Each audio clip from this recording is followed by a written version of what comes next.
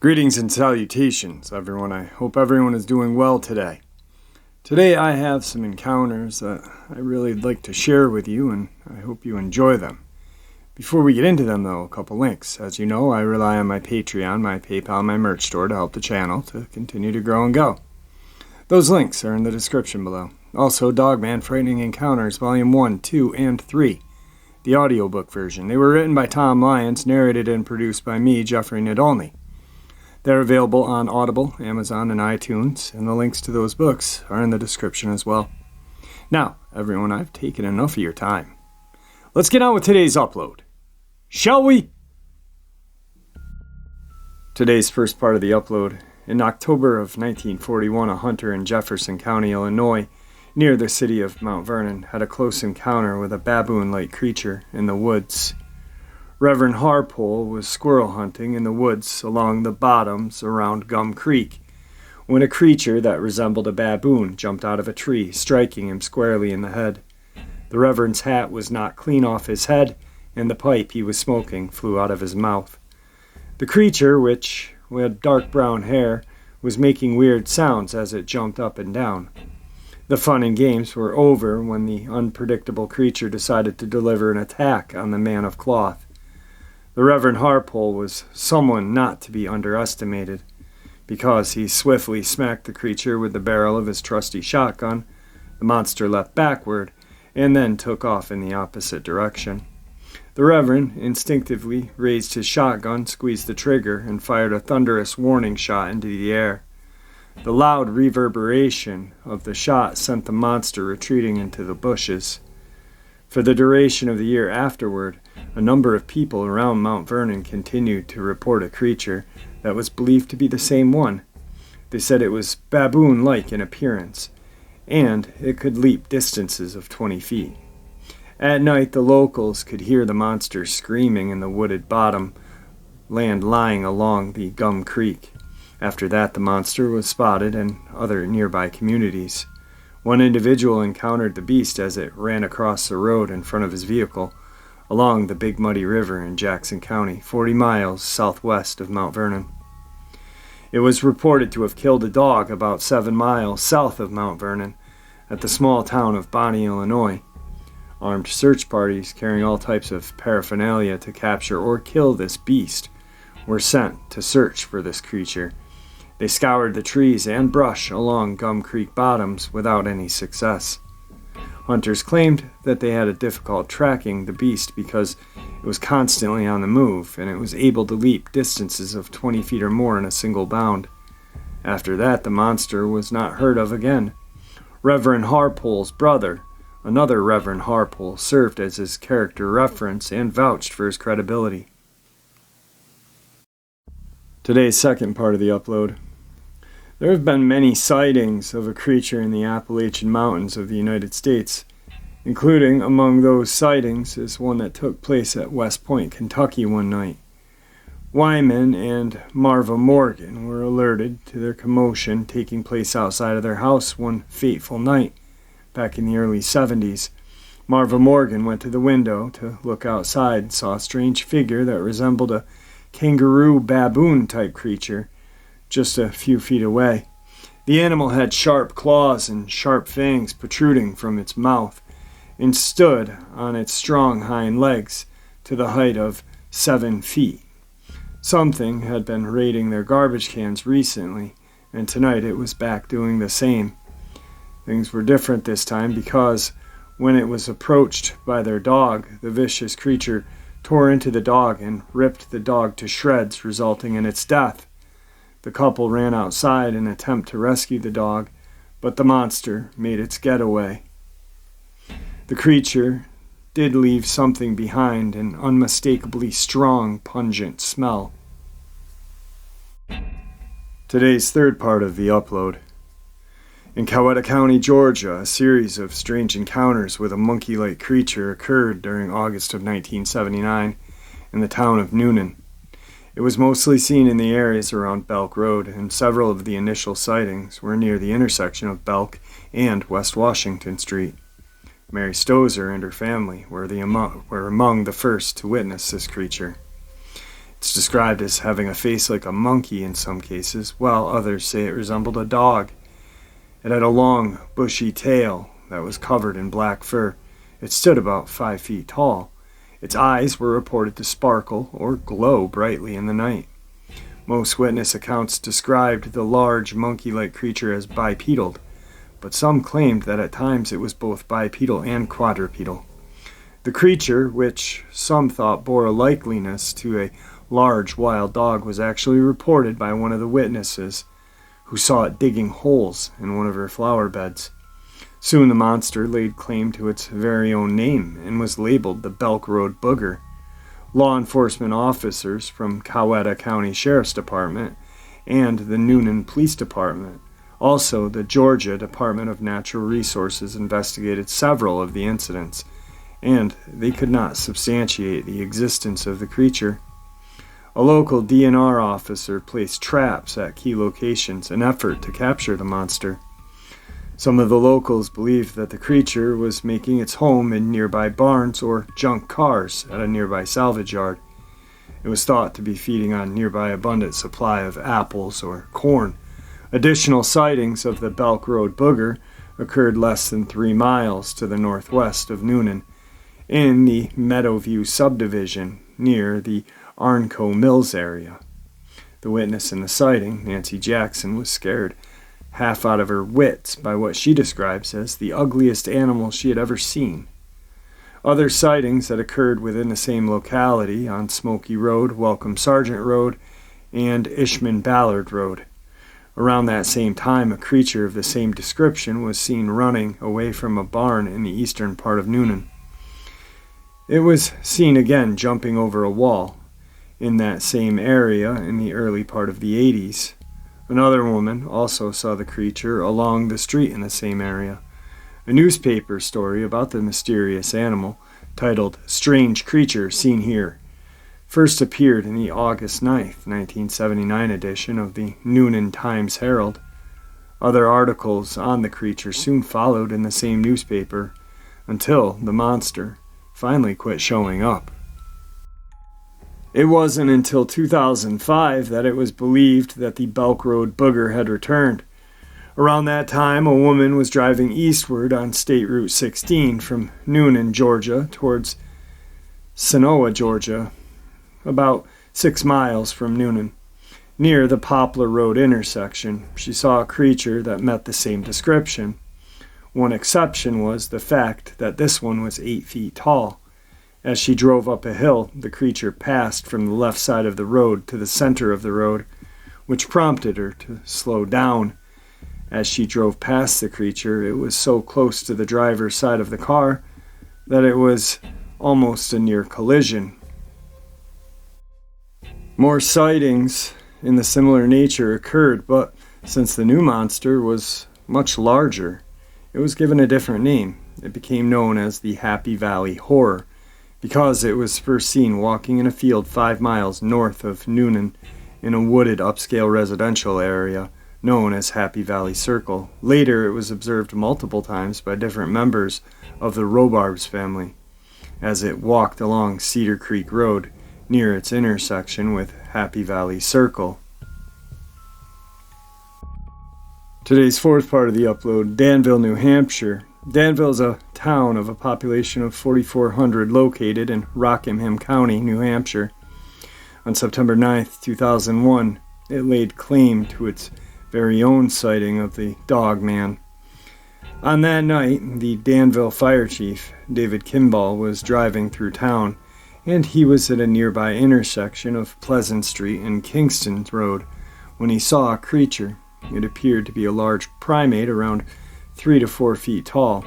It displayed a reddish-brown coat, a dog-like snout, razor-sharp teeth, strong hind legs, and short front legs that terminated in long claws.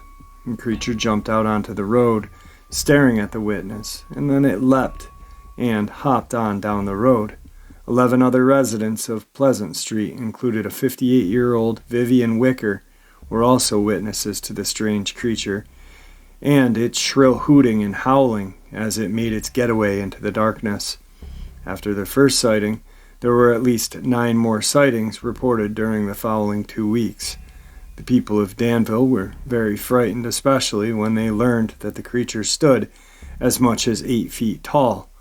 Search parties were sent out several times during the month of September to look for this creature, but their efforts were unsuccessful.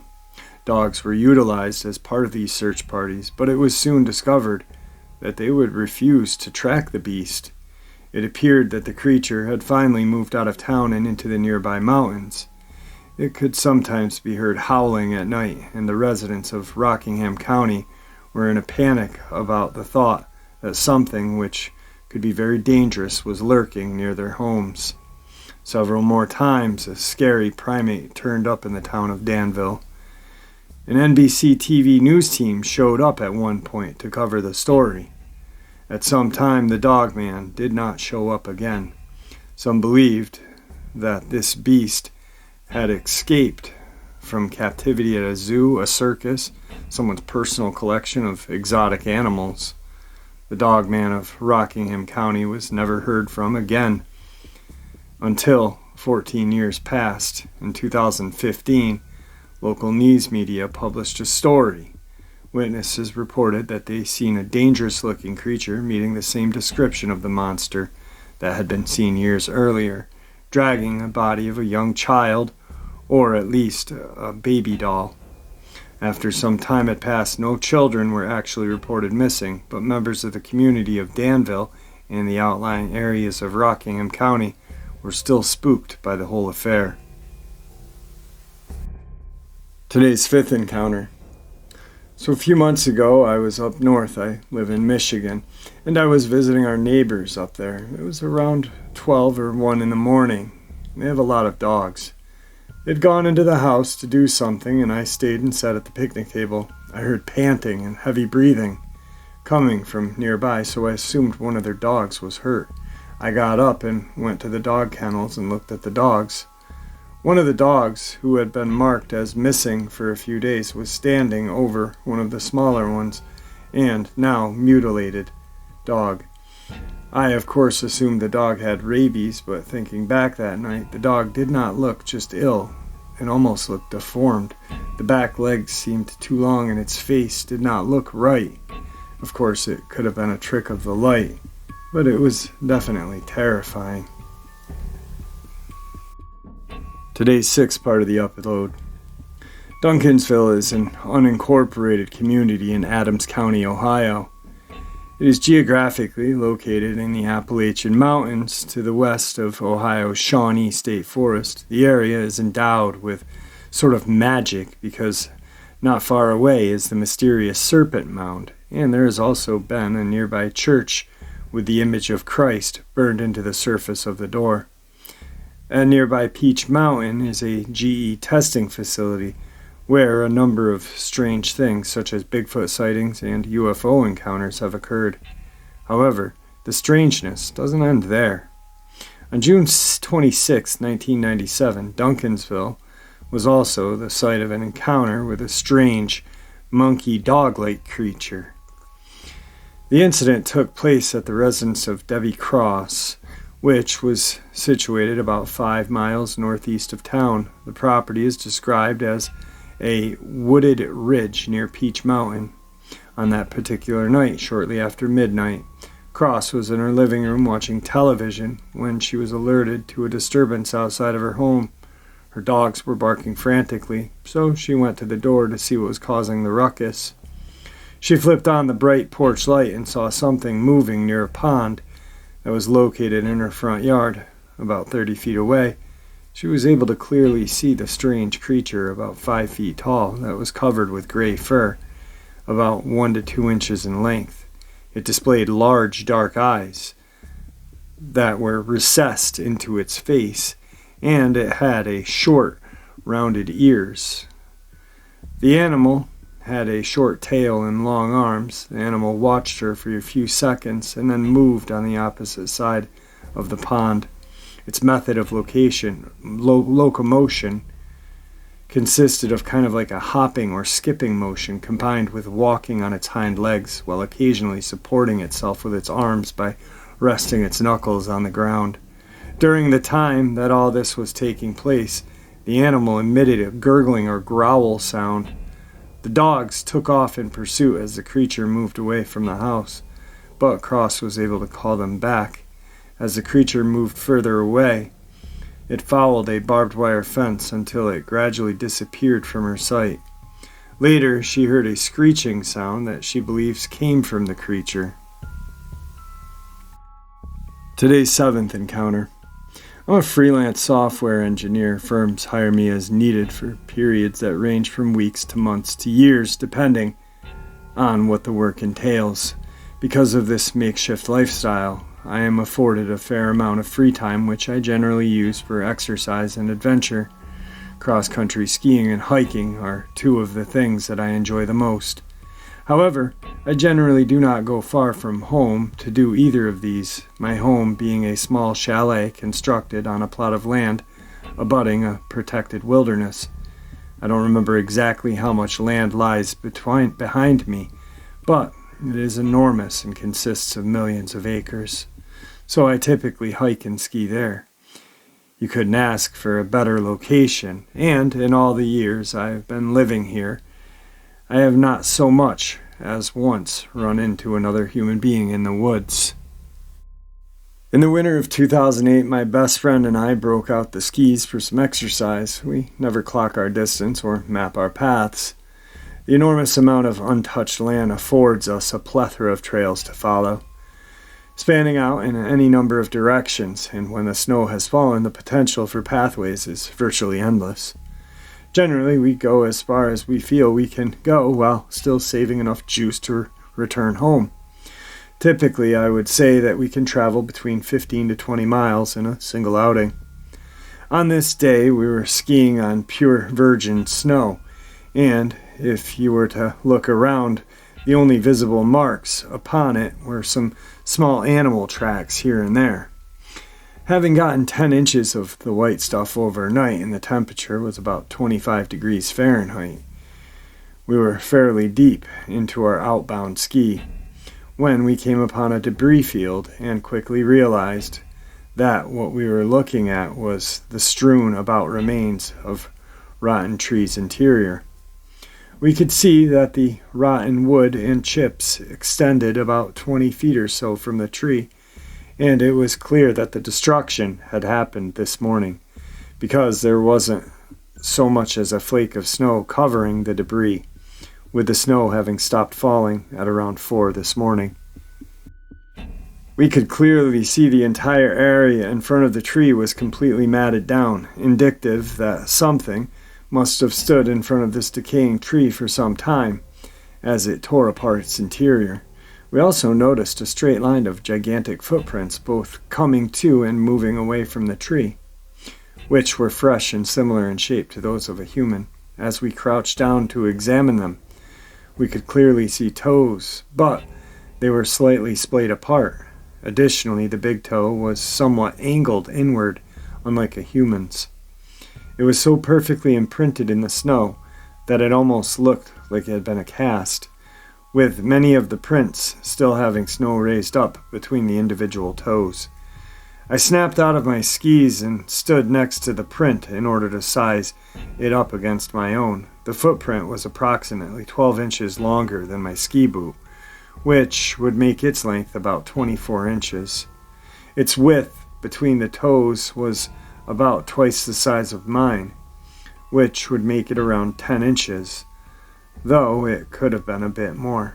Between the snow that had fallen overnight and that which had already been on the ground, there was about a foot of snow in total. The snow was completely compressed within the print, being pressed all the way down to the pine needles. Whatever this thing was, it had to be incredible. Even with my boots on and jumping and stomping down into the snow, I couldn't come close to the degree of compression this thing had created while it casually walked. There was no melt in the prints, and very little snow had collapsed within them. They were very, very fresh, and because there was no wind that day, There was also no freshly blown snow covering the prints as well. They were as perfect could be. The stride length of the creature that would have left these were incredibly long. We laid one of the skis in front of the toes of one print, and even though my skis are about 7 feet long, it came up short of the next print, almost by 2 feet. That made these steps almost 9 feet from toe to toe. We decided to put our skis back on and try to follow the return trail for a while. It paralleled the entry trail for a mile or so before beginning to veer east into the woods, which leads to some heavy timber. After about 2 miles or so, we ran across another tree that had been torn apart.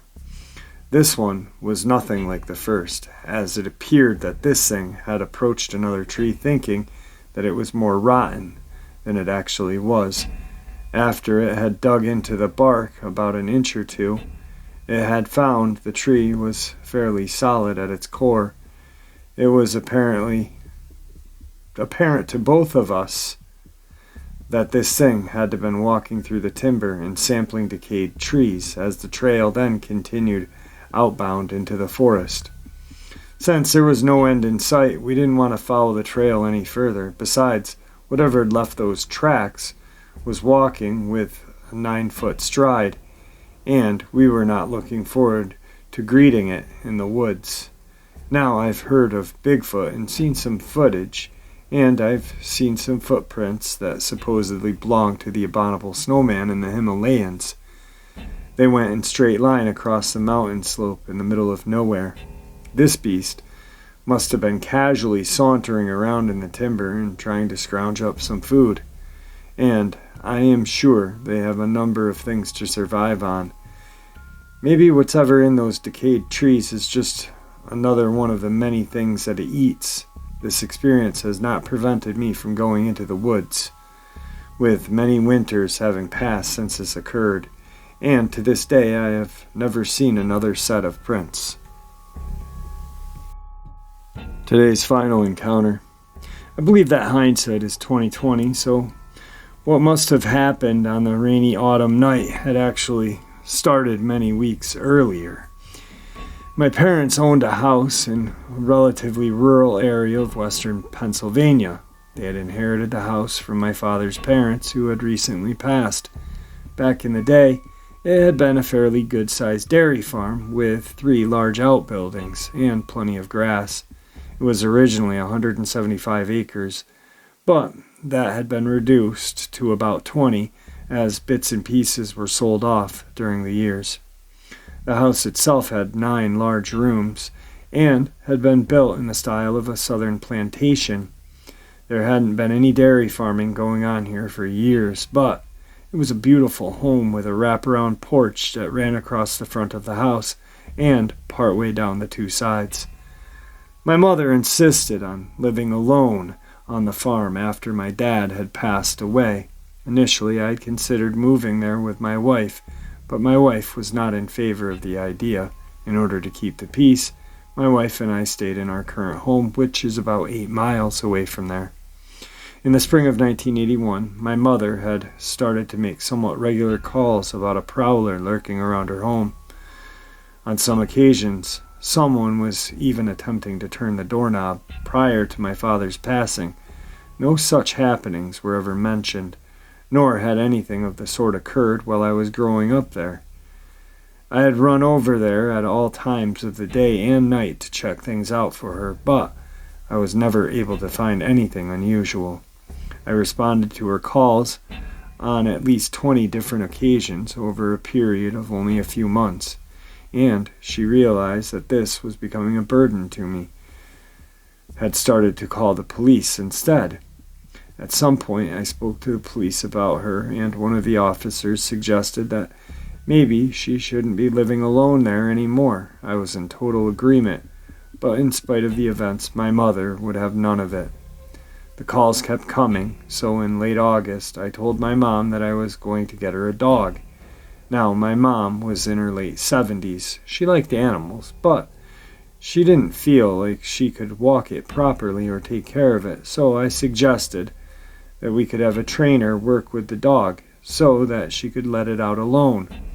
All she'd have to do is open the door and let it out, and then let it back in again later. After much prodding, she agreed to my proposal, so we bought a beautiful German Shepherd from a local breeder, and she named him Freddie. After this, the nature of the calls changed. Instead, saying that she saw or heard someone, the call would always report that the dog was going crazy and barking or scratching at the door or window while trying to get out of the house, and this went on for a couple of months. Even though she had a dog, I was still going over there to calm her down and do a walk around the property. I told her to let the dog out if she heard something, and he would scare whatever it was off, but she would have no part of it. She thought he may get hurt. On one of the nights that I got a call, it was raining quite hard outside, and yet again, she said that something was walking on her porch, and Freddie was going ballistic. When I arrived, I walked up to the door in the usual way, but I noticed wet, muddy prints going across the porch. They ran up and down the entire length of the porch, but they didn't have enough shape to be identified. I went into the house and asked my mother if she or the dog had been outside. She said that she let Freddie out prior to sunset, but that she had watched him go out, do his business, and then called him right back in the house. Now, I didn't tell her what I had just seen, but this entire ordeal had just taken a turn for the worst. There really had been something or someone on her deck that night. Knowing that, how could I possibly leave her alone now? I told her that she would either have to let Freddie out if she heard something, or she would have to move, saying that we got this dog for her protection and that she had to let him do his job. About a week had gone by and she hadn't called once, so I stopped by to see how she was doing. She told me that she wasn't going to call or bother me anymore, and I told her that she had to call if she felt like she was in danger. This entire situation had gone from bad to worse, and I was beside myself. Once again, I insisted that she let the dog out the next time anything happened. On my way back home, I stopped at the police headquarters and told them about the muddy prints on the decks. They said that I had to get my mother out of there, saying that it could have been a bear, and it might break in at some point. I agreed, but couldn't help thinking about her saying that something was walking by the windows. Bears don't walk on their hind feet. One stormy night in the fall of 1981, the phone rang, and I answered it. My mother had a scare and let Freddie out. She said that she heard him make a loud yelp outside, and that all the barking had stopped abruptly, after which she heard what she thought was a large branch falling on the roof. I drove to her home, went inside, and asked where Freddie was. She was crying hysterically. She told me that he had disappeared after the yelp, so I went outside and called him over and over, but he never came. I couldn't see anything. I told my mother to come and spend the night with us, that I could not leave her alone like this. The next day we returned to her house with my wife in tow. My wife took my mom inside the house while I stayed outside. As I was walking around towards the backyard, I noticed some large depressions in the grass. There were about 6 of them in a line, and they all held a bit of water. These were massive prints of some kind, and I put my fingers in one of them, and they were about 5 inches deep. I could see more shallow prints going out into the pasture, so I followed them out for a bit, but found nothing else. As I walked back toward the house, I thought about what my mother had said about a branch falling on the roof, so I looked up, wondering if I could see whatever it was from the yard.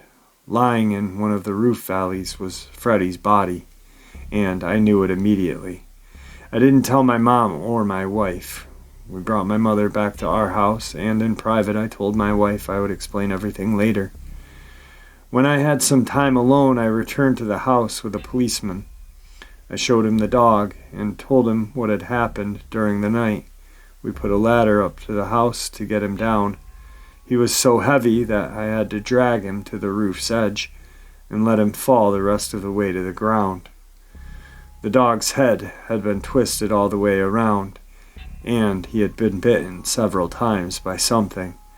I dug a grave behind the barn, and we buried him together. The policeman took photos of both the dog and the depressions in the ground, and this was the turning point for my mom. She didn't know what I had found, but we convinced her to stay with us and sell the house. I've been wrestling with this mystery ever since. We all like to think that we have everything figured out, but when you stand there looking at a 125-pound dead dog that had been thrown up onto a 35-foot tall roof, you start to wonder if you know anything at all. Wow. Man, those are some terrifying encounters. I think that I am going to sit down because I was reading some some comments the other day, and I talk about theory a lot, and I have a ton of them. So I think someday, real soon, I'm going to sit and I'm going to just kind of jot my theories down, because I don't want to just come, from the head to mouth, because it'll probably take a very long time with a lot of pauses. So I kind of just want to get it all out, and I want to share it with you guys because as crazy as it sounds, I guarantee that the majority of my theories will be matched up to yours. But I think that by me doing this, maybe some of you guys will share some of your theories.